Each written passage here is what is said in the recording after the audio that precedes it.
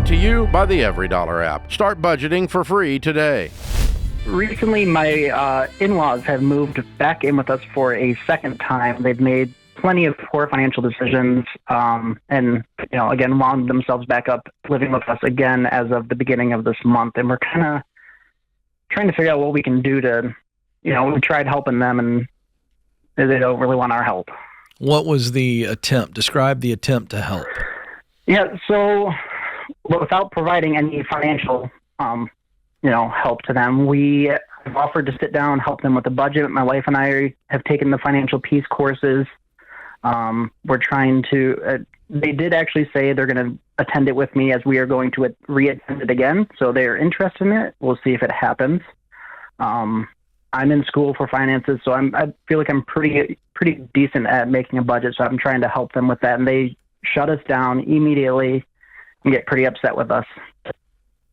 Why did they shut down? I think it's just they struggled with it for so long and they don't feel like they need the help and they can figure it out on their own. Well, then have them move out. Why are you enabling them? You're right. If they can do it on their own, say, hey, we've been happy to help. Sounds like you guys have it figured out. Best of luck out there. Yeah, sometimes that's the best thing you can do for someone, even though it feels harsh in the moment. I agree. And Chris, I have a question. Did they ask to stay with you or did your wife offer? They kind of assumed at first, and then my wife finally did offer, but under temporary circumstances of, hey, we can help you for like a month, get you situated, get you going. So we're coming up on the end of that month. It doesn't seem like they're going to get out. They recently refinanced a payday loan, refinanced their car. Are they both working? My father-in-law works, and his take-home comes out to about $60,000 a year. And so is the mother-in-law able to work? Does she have a past work history? She is able to work. She is able to work, yes. But she's not. She's just putzing around the house. So it sounds like there really were no conditions of them living here other than, hey, let's aim for a month. Yeah. I would have a lot of strings attached. When this happened last time, how long did they stay? And was there a same kind of a deal? This is a certain amount of time, or was that not the case? Right. So when they moved last time, they kind of followed us when we relocated across the state because they wanted to be closer to grandkids. They had a house. They couldn't make payments on it and move at the same time, so they decided just to let it foreclose and moved in for a couple months so they could find a new place here after their foreclosure of their house. If you said to your wife today, hey, babe, I think I need to be the man of the house. I know they're your parents, but I'm the man of the house here. And to a lot of people, that may sound archaic, but I'm going to stick with it, George. And you said to her, I'd like to have a respectful conversation, but say, hey, the month is coming up. We agreed to a month, and we think that you guys need to move out. It's best for everybody, and we can't. We've tried to help. You've met it with resistance, and I'm enabling you. Some form of that speech in Chris's words. If you suggested that to her, how would she react?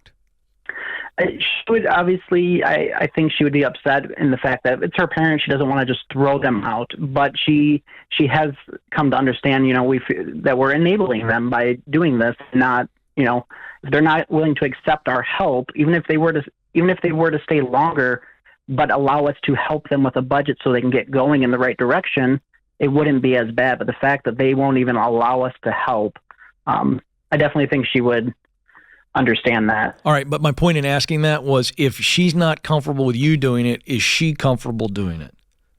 And we brought that up, and she's getting a lot more comfortable with it. Then let her. That's what I would do. I'd let her lead, but I would keep saying, babe, I'm here to support. You got to have this conversation. If you're not comfortable, I'll be the bad guy.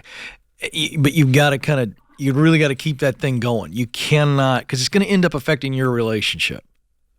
It probably already has. And so she needs to be leading this. It's her parents. And so for the son-in-law to get involved, it's just too sticky. But unless she's not willing. That's why I threw that out there. It sounds like she knows they're not going to care what she has to say. And so that can be a conversation you guys have together, the four of you, and say, hey, we love you guys.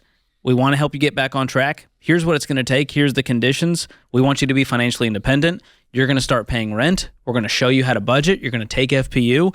And We're gonna help you get out of this thing, but it's not gonna be by bailing you out financially. It's by showing you the steps. You've got to be willing to do the work. Otherwise, this situation can't work.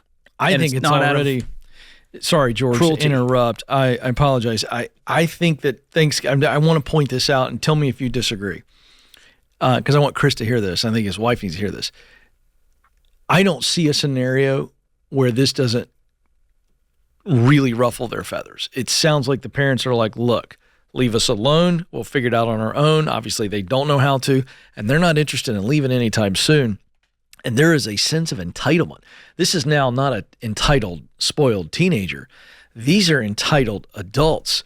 That's scarier. Who aren't mature in their finances, and they are leveraging their parental position over their daughter.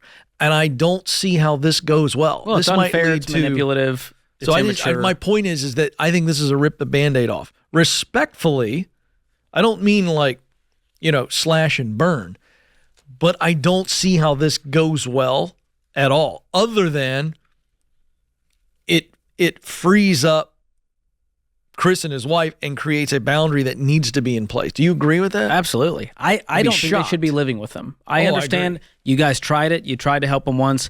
I think at this point, he makes good money. He can figure out rent. He's going to have to figure out these payday loans, and you can always be there to support with resources and say, hey, show up to this course with me, show up to this course. But intermingling them with your personal life in your own house, I think that's not going to work anymore.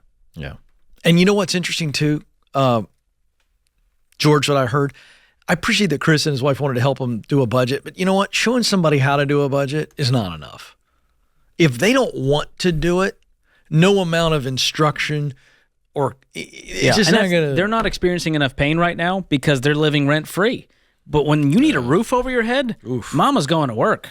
She has no option. Oh, yeah. What is she doing? And so I don't think this is going to lead to them actually living on the streets. It's just going to lead to them saying, all right, we got to figure this out. And asking your kids to bail you out is just a gross injustice to me. I was just sitting here thinking, as I have 19-year-old, two 16-year-olds. I don't want my kids coming back to live with me. I love my kids. I'm brokenhearted with my oldest at college for the first time, right? But at the same time, it's natural. It's normal. And I don't want him to come back and live with me. The only thing worse than your kids coming back to live with you are your parents. Hey, can you imagine if you and Unless Stacey... it's a health situation and you're their caregiver. Let me say, asterisk. and generationally and different cultures that are going to come at us, Ken, to go, you don't understand. I get it. But this is a very different situation. That's what I'm talking about. Enabling misbehavior versus living generationally with grandma. Thank you very for clarifying that. You bailed me out from all the hate. What I'm saying is if your parents come back to live with you because they can't support themselves financially because of their irresponsibility, that's what I'm saying. Oh, wow. Interesting Not easy stuff. Tough stuff, Chris. But you and your wife, you got the right instincts. Follow them. Create your free every dollar budget today, the simplest way to budget for your life.